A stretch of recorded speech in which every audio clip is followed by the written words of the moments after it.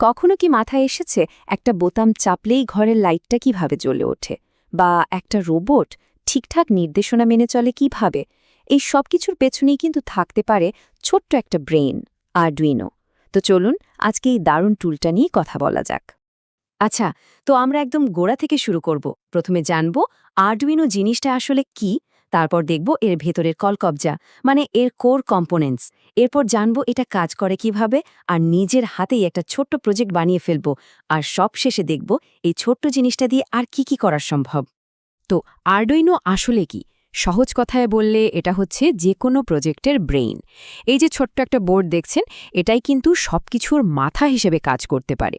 কিন্তু প্রশ্ন হলো কিভাবে? দেখুন, আরডুইনো হলো একটা ওপেন সোর্স ইলেকট্রনিক্স প্ল্যাটফর্ম। এখন প্রশ্ন আসতে পারে, এই ওপেন সোর্স মানেটা কি? এর মানে হলো এটার হার্ডওয়্যার ডিজাইন আর সফটওয়্যার সবকিছুই সবার জন্য খোলা। মানে যে কেউ এটা ব্যবহার করতে পারে, নিজের মতো করে বদলে নিতে পারে, এমনকি চাইলে বানিয়েও ফেলতে পারে। এর মূল উদ্দেশ্যই হল ইন্টারঅ্যাক্টিভ আর প্রোগ্রামেবল প্রজেক্ট বানানোটাকে সহজ করে তোলা। ব্যাপারটাকে একটা ছোট্ট স্মার্ট কম্পিউটারের মতো করে ভাবা যায়। এটা কি করে? ধরুন এটা কোনো সেন্সর বা বাটন থেকে ইনপুট নেয়, মানে তথ্য সংগ্রহ করে। এরপর সেই তথ্যটাকে প্রসেস করে আর সেই অনুযায়ী একটা আউটপুট দেয়। যেমন ধরেন একটা লাইট জ্বালিয়ে দেওয়া বা একটা মোটরকে ঘুরিয়ে দেওয়া। আচ্ছা, এটা কি করে তা তো মোটামুটি বোঝা গেল।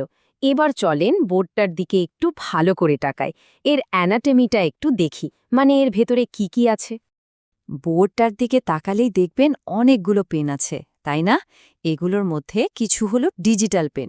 এগুলো শুধু অন বা অফ বোঝে। ধরেন একটা সুইচ অন হলো কি অফ হলো। আর কিছু আছে অ্যানালগ ইনপুট পেন। এগুলো আবার বিভিন্ন লেভেলের সিগন্যাল পড়তে পারে, যেমন একটা সেন্সর থেকে আলোর তীব্রতা কম না বেশি সেটা বোঝা।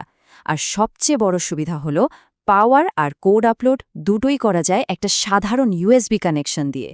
খুবই সহজ। ওকে, তো বোর্ডটার সম্পর্কে তো জানা হলো, কিন্তু একটা আইডিয়া থেকে অ্যাকশনে যাওয়া যায় কিভাবে? মানে কম্পিউটারে লেখা কোডটা কিভাবে এই বোর্ডকে দিয়ে বাস্তব জগতে কোনো কাজ করিয়ে নেয়? চলুন সেই ওয়ার্কফ্লোটা এবার দেখি। প্রসেসটা কিন্তু একদম সোজাসাপটা।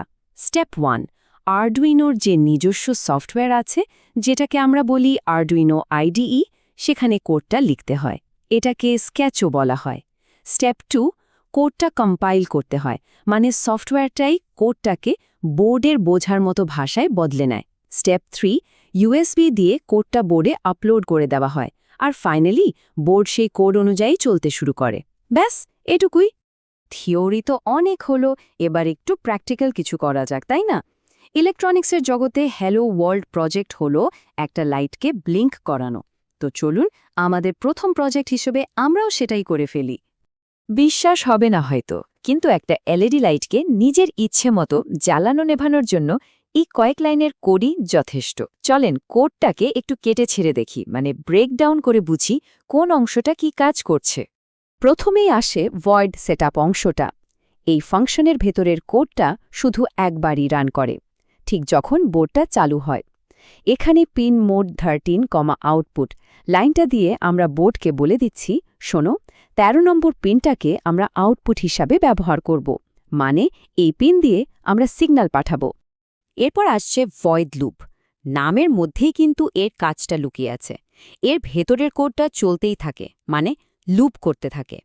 এখানকার প্রথম লাইন, ডিজিটাল রাইট 13 হাই, এটার মানে হলো ১৩ নম্বর পেনে পাওয়ার দাও।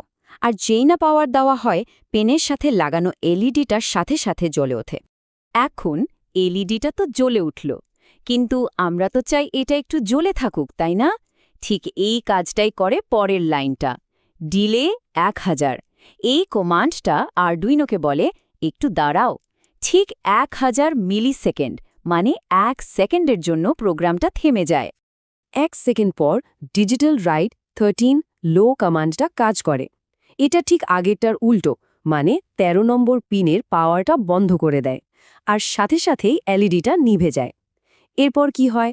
যেহেতু পুরো জিনিসটা একটা লুপের মধ্যে আছে, প্রোগ্রামটা আবার শুরু থেকে চলতে শুরু করে।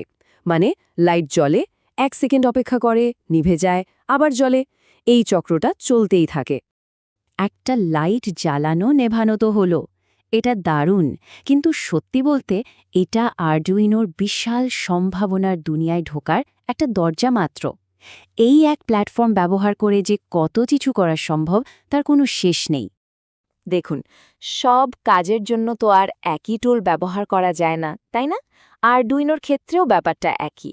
বিভিন্ন ধরনের প্রজেক্টের জন্য বিভিন্ন মডেলের বোর্ড আছে। যেমন যারা একদম নতুন শুরু করছেন তাদের জন্য উনো R3 বোর্ডটা সবচেয়ে জনপ্রিয়। আবার ছোটখাটো প্রজেক্টের জন্য আছে কম্প্যাক্ট সাইজের ন্যানো।